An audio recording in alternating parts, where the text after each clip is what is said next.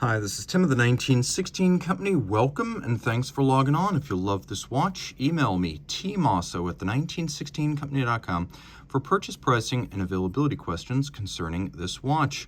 Today we are discussing a particularly early Patek Philippe Nautilus 5711R-001. This watch is 40 millimeters in diameter, 8.7 millimeters thick. If we just measure it from lug to lug, the total distance across the case is 44.3 millimeters, but you're going to wear it with a strap, which means you're going to need these intermediate links. So the absolute distance across the wrist, including the links, is 49.7 millimeters. I'll throw it on my wrist, which is 16 centimeters in circumference. You can see how it wears very comfortably. Very flat, very flush. You could wear this as a dress watch, no problem, with a tight sleeve or cuff. I'd recommend it for a wrist as small as 14 centimeters circumference because it does lie so flat. You can see from over the top. Here's your cuff shot. One more roll down the barrel, showing you I've got plenty of clearance on either side, and I'm pulling the strap fairly tight. The strap is Patek's rubber strap, designed to look just like the leather equivalent, right down to the use of stitching. And as you can see in profile, it has rubber on the bottom, rubber on the side, rubber on the top, confirming down the center that it is a composite of two different colors of rubber. And it's water resistant, like the watch. The watch water resistant to 120 meters with a screw down crown. Here you can see the Nautilus buckle when you option a strap. It's an impressive piece here. Fairly massive, and you can see complex, large with twin trigger release. You have to positively press both triggers before it opens. You can also see that it is model specific. Fold that up, take a quick look at the case. The case is beautifully detailed, including fine bevels, breaks between satin and polish. The complexity of the three-piece case, which is assembled with case back, mid-case, and then the bezel with the overlapping wings alongside. We have a rounded polygonal bezel profile that's echoed on the inner bezel, the crystal as well as the dial. Rose gold hands and indices with a lovely gray metallic sunburst dial with lateral striations, as we've seen on Nautilus models since the original 3700, designed by Gerald Genta back in 1976. Let's do a lume shot. Take a look at this watch. Water resistant, highly luminescent, automatic winding. It is a sports watch, there is no doubt of that, but it is elegant. If you wish to use this as a dress timepiece, easily done.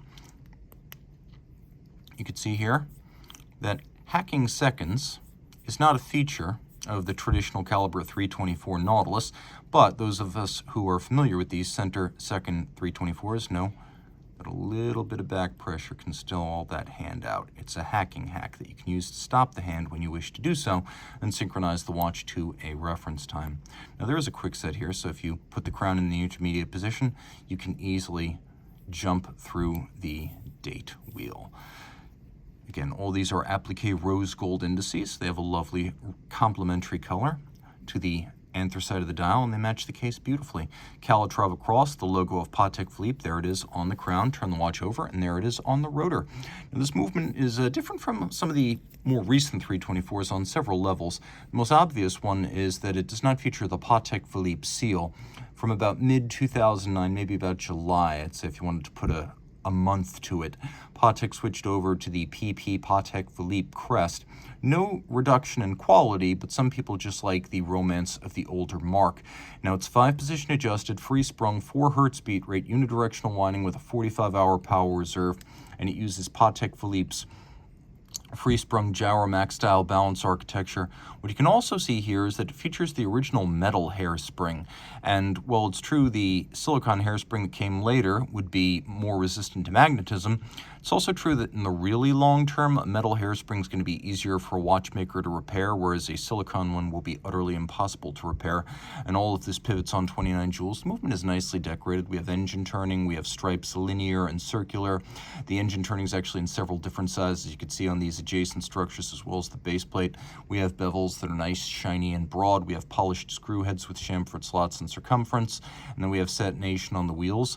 If you take a look, there are a few marks here that I want to call attention to. And you can see adjacent to the Geneva seal, there are some marks on the movement. There are also a few marks, if you look carefully. You can see that some of the screws have been previously handled, so I just want to make sure we get full disclosure here. And then all this is water resistant down to 120 meters. If you love this watch, reach out to Team Mosso at the1916company.com for purchase and pricing details.